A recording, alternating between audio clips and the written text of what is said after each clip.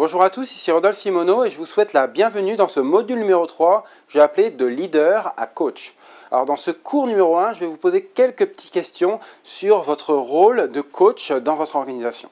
Je vais vous proposer de répondre à une petite série de questions qui vont définir finalement si vous êtes en mode coaching ou pas, que vous soyez le président de l'organisation ou bien un superviseur d'équipe, peu importe le niveau, les questions s'appliquent et les questions sont les suivantes. Alors sur une base quotidienne, finalement, la première question serait, est-ce que vous félicitez de manière verbale ou de manière vous récompensez de manière régulière, de manière systématique les bonnes performances?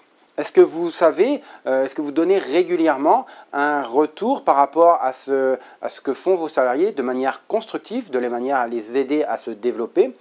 Est-ce que vous vérifiez régulièrement le niveau de motivation, de manière informelle évidemment, mais le niveau de motivation de vos collègues? Est-ce que vous êtes quelqu'un qui peut être inspirant pour vos collègues? Est-ce que c'est quelqu'un auquel vos collègues ont envie de ressembler?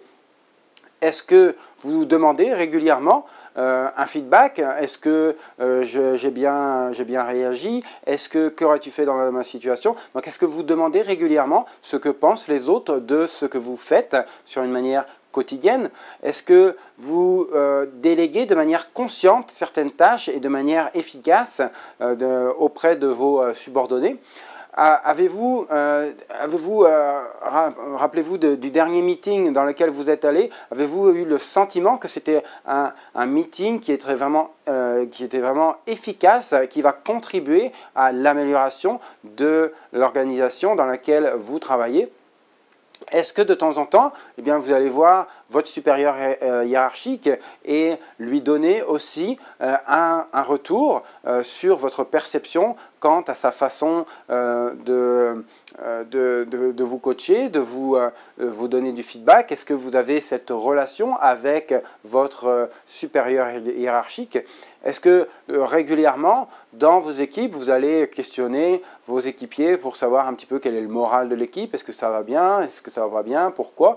Et finalement, la 10e question serait, est-ce que vous jouez le rôle de mentor pour quelqu'un de plus junior que vous, que soit dans la même position, future personne dédiée à votre rôle, ou bien en cas d'un stage ou ce genre de choses, est-ce que vous avez un rôle de mentor auprès d'une personne dans l'organisation?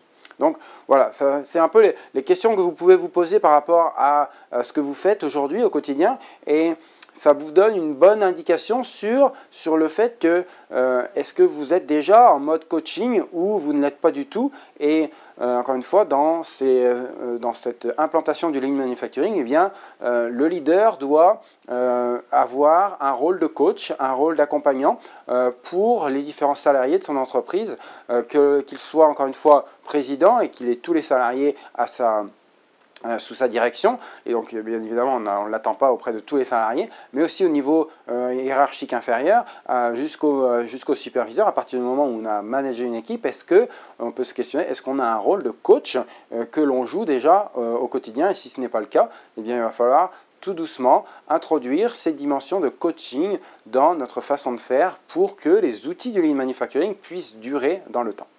Alors pourquoi c'est important de coacher dans son quotidien? C'est parce que tout simplement ça va vous libérer du temps. Même si vous avez l'impression que quand vous allez coacher, eh bien vous allez perdre du temps à discuter avec la personne, donc à coacher la personne, bien au bout du compte, très rapidement, ce temps que vous passez à coacher va vous libérer du temps.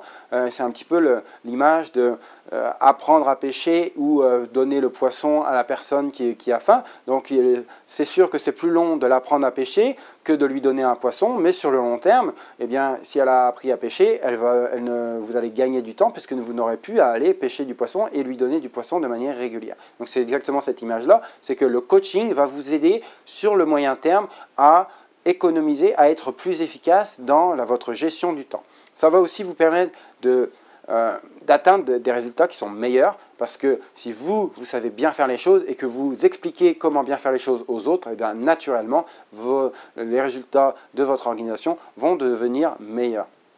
Ça va aussi vous permettre de bâtir des compétences relationnelles qui sont très importantes, notamment quand on a des rôles de management, on a des rôles de supervision d'équipe. Ces compétences interpersonnelles sont réellement importantes. Et tout le monde ne les a pas parce que tout le monde n'a pas été promu manager sur des compétences interpersonnelles, sur des compétences d'interagir avec les personnes. Et pourtant, c'est bien étonnant parce que le rôle du manager, pour l'essentiel, c'est un rôle dans lequel il va devoir faire preuve de mettre en évidence ses qualités de relations interpersonnelles, de gestion d'équipe, donc au-delà de ses pures compétences techniques. Donc, le coaching va vous aider à faire rentrer dans vos compétences cette dimension on appelle ça aussi au Québec l'entre-gens, cette capacité d'interagir facilement, de manière constructive avec les personnes qui vous entourent.